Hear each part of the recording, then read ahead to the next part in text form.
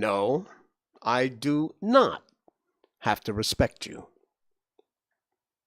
Voting out politicians, and those two stories are not really connected, but they could be. And grass, not marijuana, grass like your lawn, screams for help. Literally. I'm not kidding. Welcome to the Jay Sheldon Show.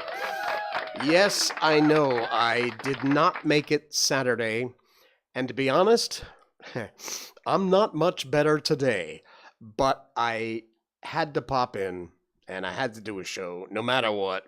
So yeah, I've got my hand on the cough button, or the sneeze button, and it's just, we're going to get through it one way or the other. I came down on Thursday with this flu.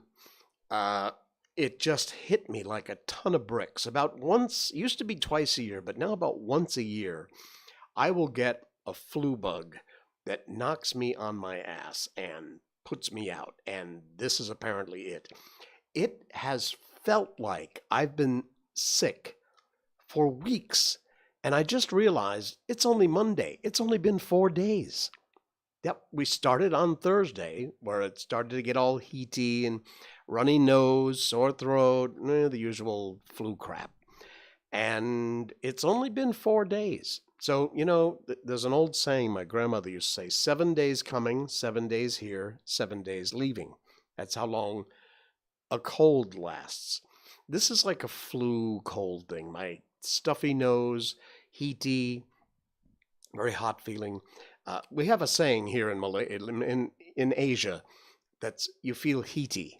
It means exactly what you think it means, even if you haven't heard it before, like if you're in the UK or the US or something. It just means you're feeling heaty. You're feeling hot. But yeah, they say it all the time here. So yes, I've been heaty. And for the first time ever, my Studio Voxel coffee mug is being bastardized by herbal tea.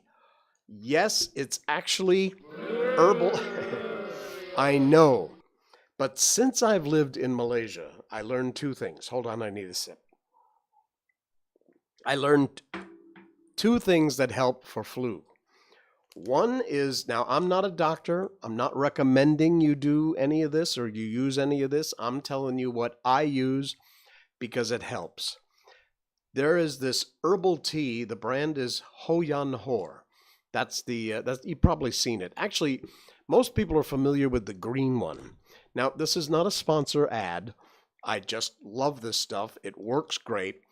They didn't have the green one. And so basically this gold one is the same ingredients as the green, but they added some extra herbs in there to charge you more money. So anyway, this is what it looks like, if you can see that on camera. And if you're listening on the podcast, sorry, just check out our video on rumble.com. But it's not bad. It's kind of, I don't know, herbal tasting. So yeah, once a day, usually at night, I will suck down a hot cup of this, and it's quite good actually, and it does help to get rid of the heatiness. Now, there's another trick I learned, and if you live in Malaysia, I know you're going to go, oh yeah, that. It's this. This, again, podcast listeners, sorry, check out the video on rumble.com or YouTube. This is the most amazing cough medicine ever. Ever! I'm not kidding. Both of these companies owe me some advertising money. But seriously, like I said, I'm not a doctor. I can't recommend. But I found this stuff for getting rid of the phlegm. It's fantastic. It's called, I don't know, everything here is either in Malay or in Chinese. Nin Jom Pe Pa Kwa, I believe is how you pronounce the brand name. Ubat Batuk Cap Ibu dan Anak. But it's great. I don't even know what's in it. It's too small and I'm too old, so I can't read all of this on the back. But I do know it works. So there you go. That's my cold and flu remedy. You want to check some out? I don't know if you can find it wherever you live and what part of the world, but yeah, good luck. Hopefully you won't need it. All right. What do we need? We need a Miko update. Miko update. Yes, Miko update. Our little girl is doing very well, actually. She had a couple of nice walks today. Now, oh, by the way, somebody just gave me a like, and I don't know who it was. I missed it. So thank you, whoever you are out there. I appreciate you very much. Hi ho. Yes. Okay. So on Saturday night, in addition to having a wicked flu, it was Mid-Autumn Festival, in which traditionally, in Chinese customs, you eat mooncakes, go outside, stare up at the full moon, drink tea, and eat mooncakes. We talked about this before, but anyway, we did that on our front lawn. There's my car. Way up, let me see if I can get my mouse back. Okay, way up here, you can just barely see the moon. And there is our mooncake and our tea. And there, of course, is little Miss Miko. Yeah, she had a great time. We took her out for a walk with the lantern. That's another tradition. You light these candle-lit lanterns and you walk around the neighborhood. I don't know why, whether it's something to do with ghosts or something. But anyway, celebrating the full moon. Oh, Serena Lee. Thank you, Serena. Appreciate it. This is walking up in our neighborhood. There's the lantern. And there is Miko. It's very dark out. You can just barely see it. But a lot of folks had candles and lanterns and things, some kids popping off little fireworks and the like. And there's that full moon. It was absolutely incredible. And let's see. Oh, yeah, and of course, there's our lantern and all the candles on the front gate. There we go. There's little old me and little old Miko. Yeah. So that was our fun Saturday night we had with Miko and Mid-Autumn Festival. Our Miko update, by the way, is brought to you by Barkbox.com. If you live in the U.S., U.S. territories, or Canada, they deliver to these places. Unfortunately, they don't deliver internationally. Sorry, Malaysia and other parts of the world, but they're working on it. One day they will. Soon, I hope. But Barkbox.com is a way to give your dog treats and toys and chews. Every month you'll get a box. It's all customized. You can specify small, medium, or large dog depending upon the size of your pooch. And of course, if you have any allergies, fish, chicken, beef, whatever, then you just tick the box and they'll make sure you don't get that. But you will get the most incredible treats and toys every month, all in a nice little cute bark box. You see a picture of it here.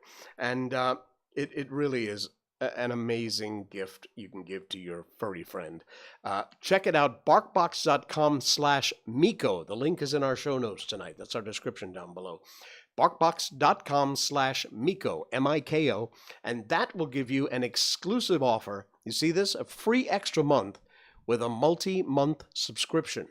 So there you go. If you follow our URL there, that's barkbox.com/Miko, M-I-K-O, and you can take advantage of that.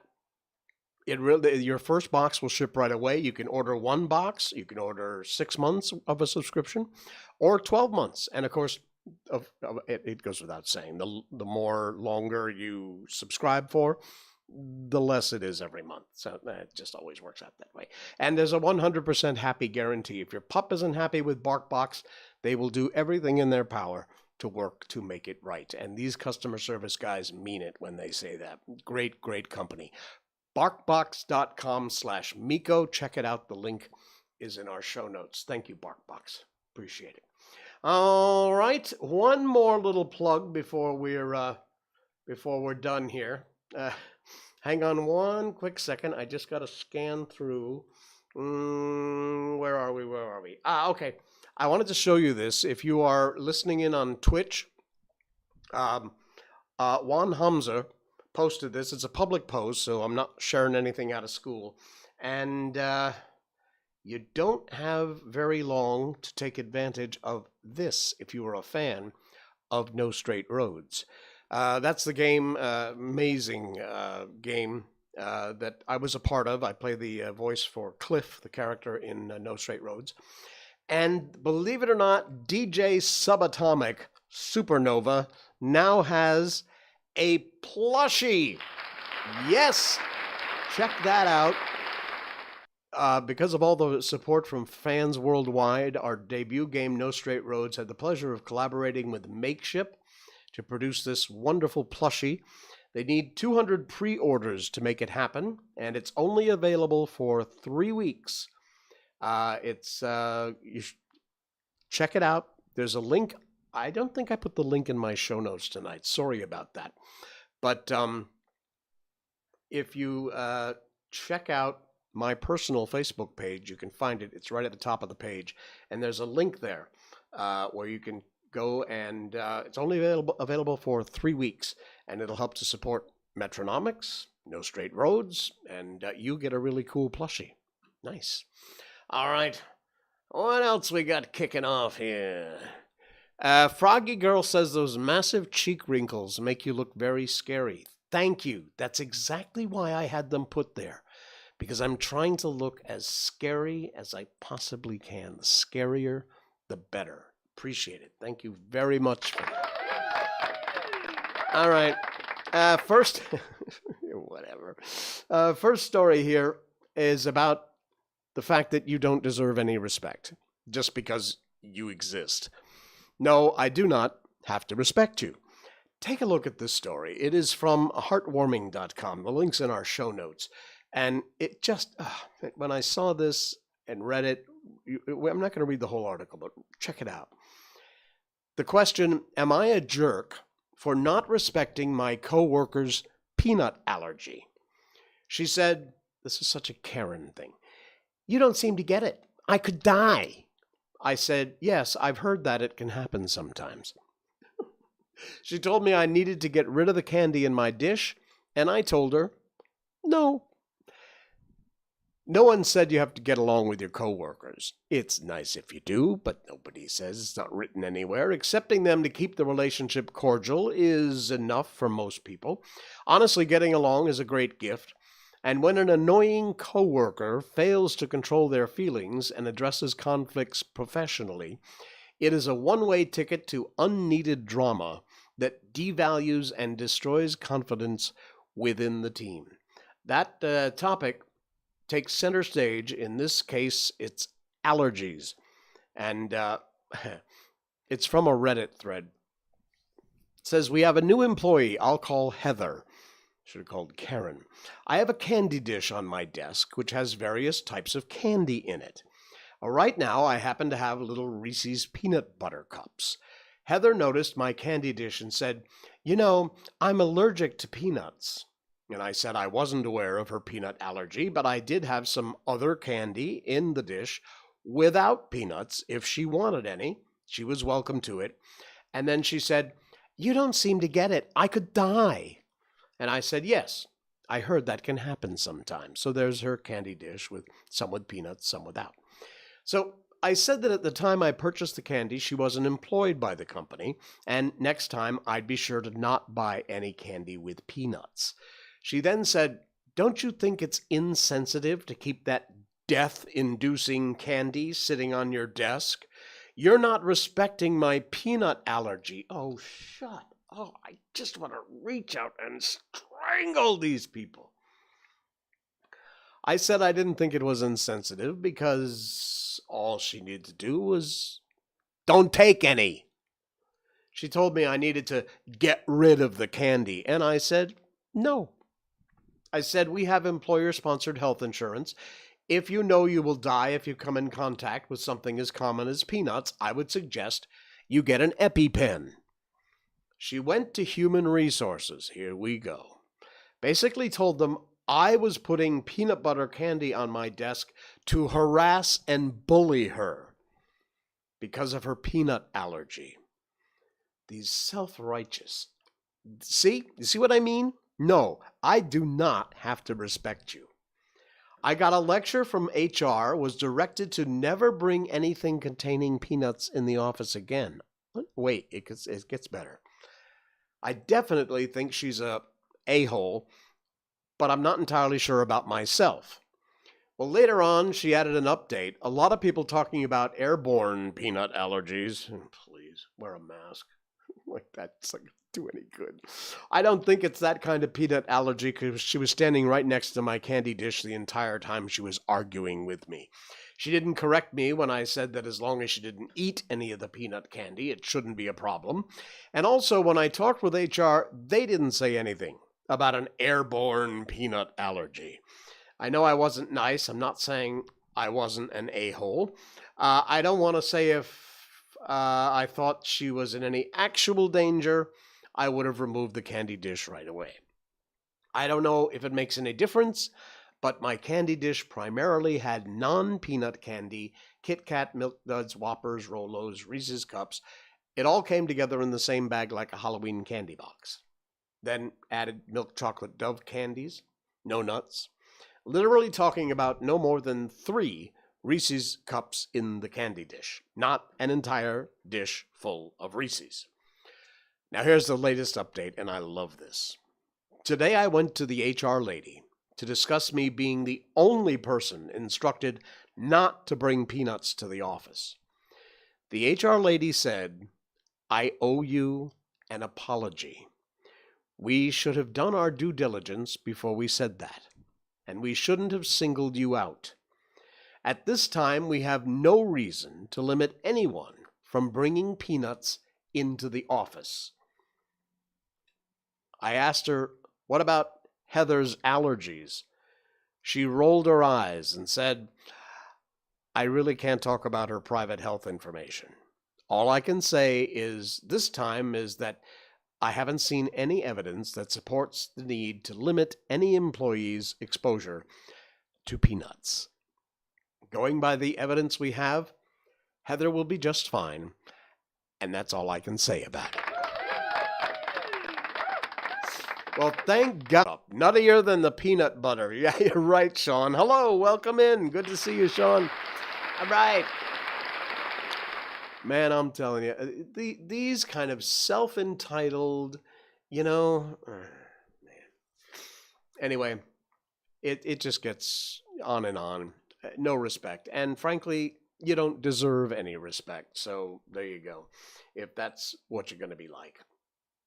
What else we got going on? Look, if you just tuned in, by the way, I've got this wicked flu, and I am managing to get through this. So bear with me, because it may take me a little longer than usual to cue some things up here. All right, you ready for this? I love this. Hold on. Herbal tea break. Oh. That's good herbal tea. All right, I saw this. I loved it. It's from the Omniscient Observer. Oswan Shamshir liked the stream. Thank you, Oswan. Good to have you in. All right. Check this out. We need to do this. If in the U.S. especially. In the U.S. especially, please adopt this immediately. Immediately. In ancient Athens, the world's first democracy, they had a process called ostracism, where the word we use currently called ostracize. Once a year, get this, once a year, people could vote on the politician they thought was the most destructive to the democratic process. And the winner of that election was banished from Athens for 10 years. Yes! Kicked him out of the city. The public would take a vote. Who do you think is the most destructive to the democratic process? And whoever that person was that got the most votes, you're out of here. 10 years in exile. Huh? U.S.? Yeah, put like Liz Cheney, Nancy Pelosi, Adam Shifty Shift. Not a bad idea, huh? Banish them to some tropical, no, not tropical, a desert island.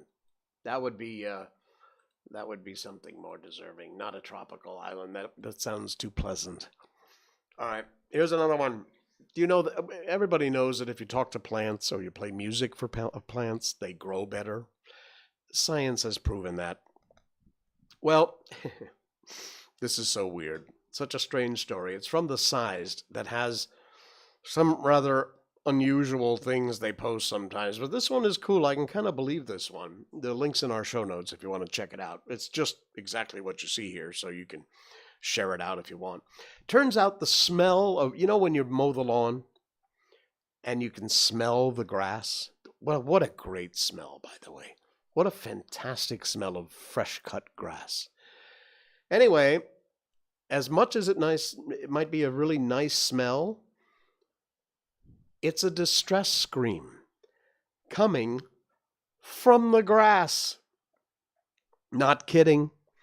Plants apparently release that smell in response to trauma or injury. They release chemical emissions to close their wounds, prevent bacterial infection, and stop fungal growth. How weird is that? Leafy plants release a number of volatile organic compounds called green leaf volatiles. But that smell of fresh cut grass is actually your grass screaming for help. How weird is that? Seriously. Hey, this reminds me of a story. Again, talking about Miko. Somebody said, what is it like as far as a dog? Dogs have an incredibly sensitive sense of smell. Their nose is so tuned in. And somebody described it. Aswan, hey, good to see you. All right, somebody described this as how you could conceive of the way a dog smells, the way a dog's nose smells the world we live in. I love that smell too, this fresh cut grass. The smell of when you first cut your grass and that cut grass smell, to a dog, grass smells like that all the time. I thought that was brilliant. What a great way to explain to us humans whose noses are not that sensitive, especially mine now with this flu. But the way that grass smells when it's freshly cut is the way grass smells to a dog all the time. Cool story. I don't know if that's true. I heard that a long time ago and I've remembered it to this day. But that would make sense, actually. That would really make sense. All right. We got something that doesn't make any sense, although, I think I'm going to have to give a tip of the hat to whoever this guy's publicist is, because you certainly are doing a brilliant job.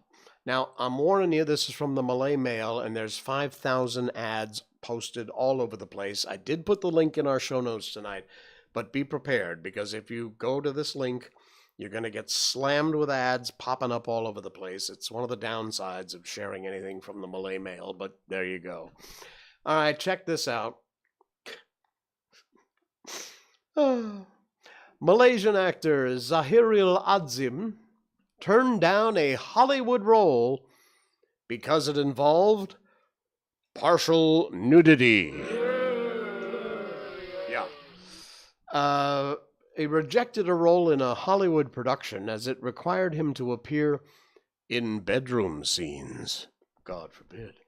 38 years old, he said it didn't take him long to make the decision, as the role was against his religious beliefs. Well, that's fine. You do you. Kill your career, but you do you. I rejected the role years ago, I love this part, for the movie, the title of which I forgot. Now, let me see if I got this right.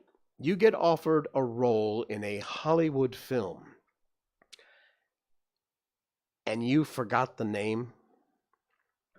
Yeah. Okay. Basically, it's a ridiculous piece of reporting from the Malay Mail, which tells you absolutely nothing. And frankly, I think, like I said, this guy's publicist just managed to get his name in the paper. And that seems to be the only reason for the whole story. So there you go. Sadly, I did share the link in our show notes tonight. So if you want to read the article, knock yourself out. but it's just so much fluff. It's crap. Don't waste your time. Speaking of wasting your time, we got one or two more here, and then we're going to move on to our book tonight. Would you like to buy some cow dung? Cow poop? No, really. When I say to you, would you like to buy some cow poop? What is the first thing that comes to mind? Fertilizer, right? Of course. Fertilizer for your garden. People use it all the time. Cow poop, rabbit poop, whatever it is. Well, you can actually buy cow poop on Shopee, not for sanitation, but to scare away evil spirits. Yes, not for fertilizer.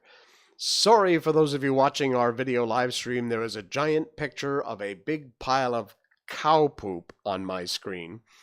This is from World of Buzz, links in our show notes. Not a fertilizer. Malaysian sells fresh cow dung on Shopee for sanitation and to scare away evil spirits. Some people say you can get anything online. One-stop shopping place Shopee, recently an image of fresh, genuine cow dung was being sold for $6 a kilo. That's 6 ringgit, by the way. And by the way, the ringgit just hit, what, 450 to USD? 1 USD worth 4 ringgit 50 cent. Wow. Anyway, is the seller expecting a major sale? The image originally shared by a Malaysian in the Facebook group has since been taken down, but the image was reshared by another Facebook page, as well as a number of Malaysians who were shocked by the content. Yeah, see, there you go. That's the actual ad. Giant picture of cow poop, $6 for 1 kilo. Unbelievable. Common for farmers, of course, to use cow manure fertilizer for fresh cow dung the right way. Well, apparently, it's extremely harmful to the plants if it's just put right on the plants itself. It has high levels of ammonia and salt, which can burn the greens, not to mention it smells. Anyway, the best and safest method is to use composted and fully decomposted cow dung. However, that's not why they're selling this cow dung. According to a screenshot shared by a Facebook user, the seller describes his product as an outdoor sanitizer, claiming that fresh cow dung is able to scare away dirty things, in reference to evil spirits. Well, there you go. If you needed some sort of a way to get rid of the hexes you may have on yourself or your family, go to Shopee. Pick up some fresh cow dung. All right. Saucy. Hey, Saucy the Don. Good to have you along for the ride. Thanks for the like. Saucy the Don. Cool beans. I need to have you on my show sometime. I know you got music coming out all the time, and I would love to talk about music on my show one of these days. We'll get you on a live link sometime here and get you into the stream. That would be very cool. Sarsi the Don is one of our more famous musicians from here in Malaysia. You may have heard of him even if you're not in Malaysia. And he's done some amazing, incredible music. And yeah, we should definitely hook up and we'll get you on the show one of these days. That'd be fun. We talk about music in Malaysia and why people never have a lot of success unless or until they get the hell out of the country. But anyway, we won't get too controversial. We'll just promote your music because I love your music. All right, one last story here, and that is from, again, World of Buzz. It's again, because our last story was about selling cow dung to get rid of evil spirits. I had to do something to show you that Malaysia is not full of idiots. We have actually an amazing citizenry here in this country who, when push comes to shove, will get behind and help no matter what, no matter who you are, no matter what you need, take a look at this amazing good news story.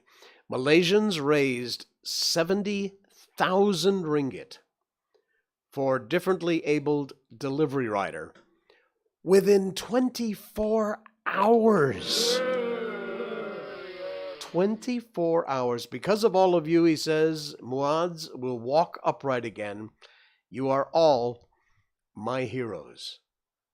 This is amazing. Just yesterday, we shared a story from World of Buzz.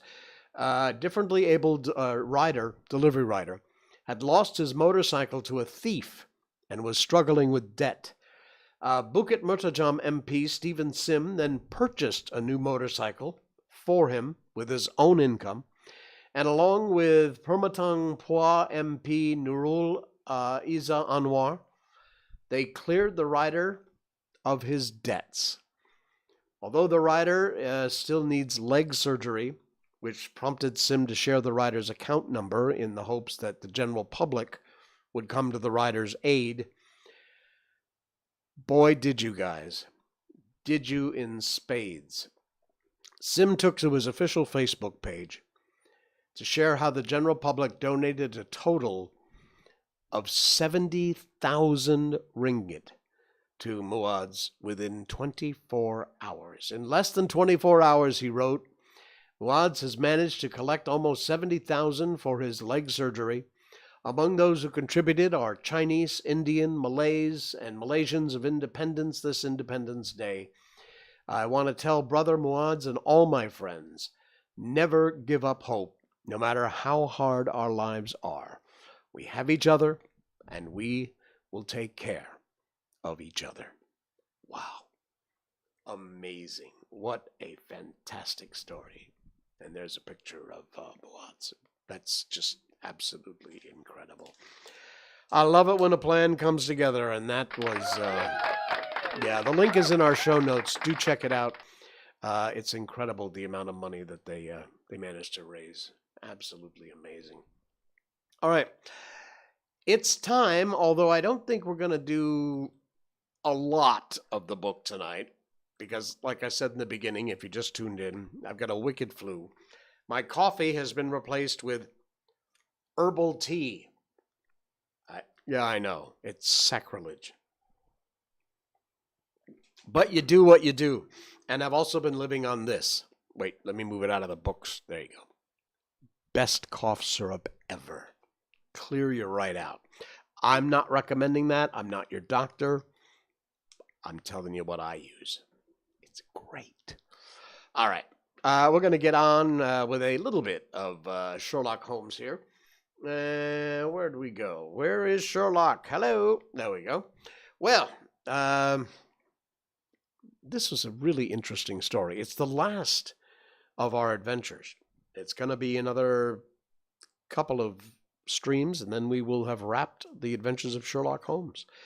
So let's dig back in. Pray continue, said Holmes. Your narrative promises to be a most interesting one. Well, you'll find it rather disconnected, I fear, and may prove to be a little relationship between the different incidents of which I speak. On the very first day that I was at the Copper Beeches, Mr. Rucastle took me to a small outhouse which stands near the kitchen door. As we approached it, I heard the sharp rattling of a chain and the sound of a large animal moving about.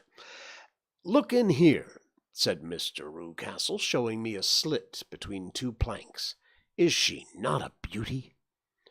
I looked, though I was conscious of two glowing eyes and a vague figure huddled up in the darkness. Oh, don't be frightened, said my employer, laughing at the start which I'd given. It's only Carlo, my mastiff. I call him mine, but really old Trawler, my groom, is the only man who can do anything with him. We feed him once a day, and not too much then, so he's always keen as mustard. Toller lets him loose every night. God help the trespasser who lays his fangs upon. For goodness sake, don't you ever, on any pretext, set your foot over the threshold at night, for it is as much as your life is worth. The warning was no idle one, For 2 nights later I happened to look out of my bedroom window at 2 o'clock in the morning. It was a beautiful moonlit night. The lawn in front of the house was silvered over and almost as bright as day. I was standing, wrapped in the peaceful beauty of the scene, when I was aware that something was moving under the shadow of the copper beeches. As it emerged into the moonshine, I saw what it was. It was a giant dog, as large as a calf, tawny tinted, with hanging jowl, black muzzle, and huge projecting bones. It walked slowly across the lawn and vanished into the shadow on the other side. That dreadful silent sentinel sent a chill to my heart, which I do not think that any burglar could have done. And now I have a very strange experience to tell you. I had, as you know, cut off my hair in London. I had placed it in a great coil at the bottom of my trunk. One evening, after the child was in bed, I began to amuse myself by examining the furniture in my room and rearranging my little things.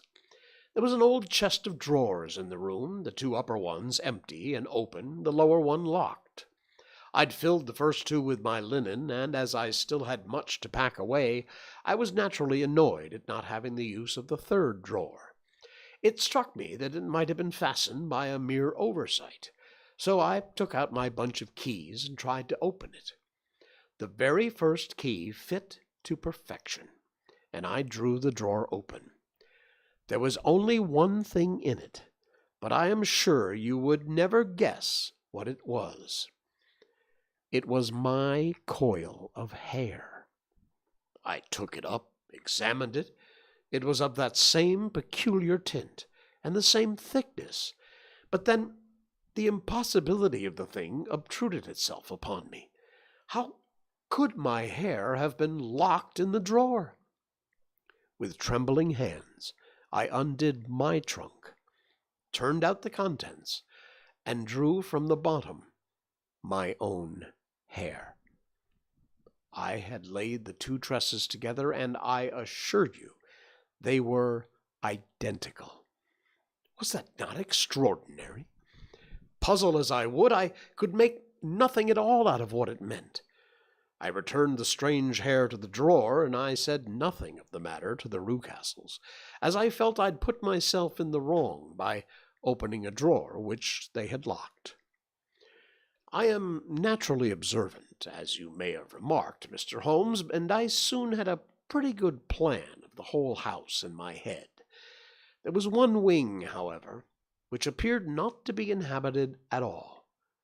A door which faced that which led into the quarters of the Tollers opened into this suite, but it was invariably locked.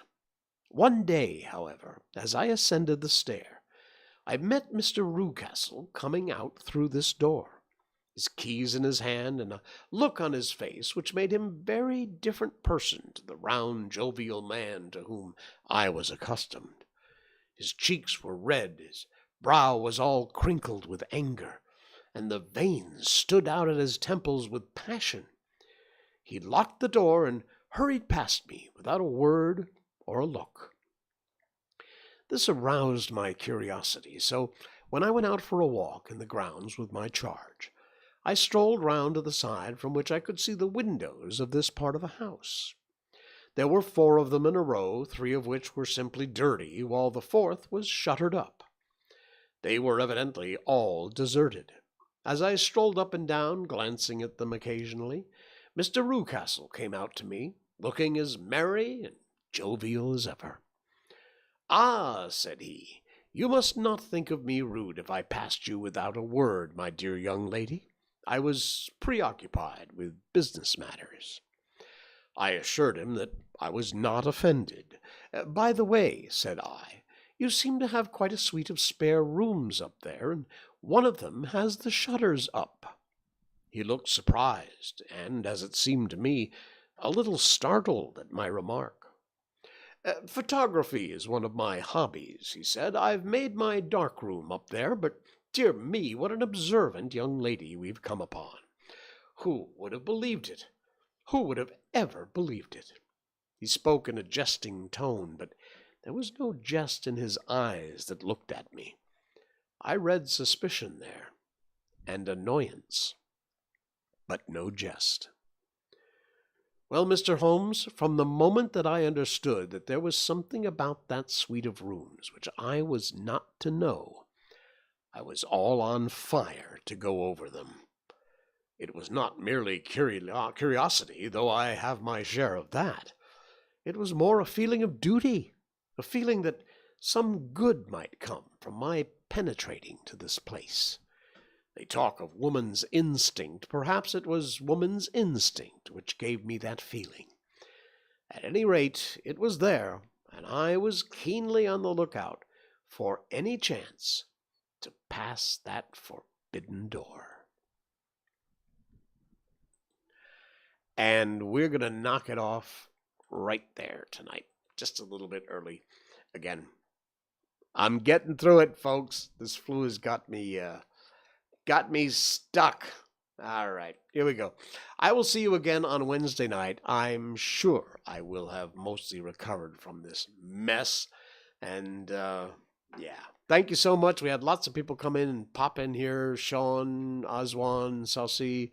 Appreciate everybody, and thanks to all of our podcast listeners also. Please like and subscribe, especially subscribe. You'll find us on Facebook Live, Twitch.tv, YouTube, and Rumble.com. Just hit that subscribe button. It's absolutely free, doesn't cost you anything, and it really helps the show out a lot. I will see you again Wednesday night. Until then, this is The Jay Sheldon Show.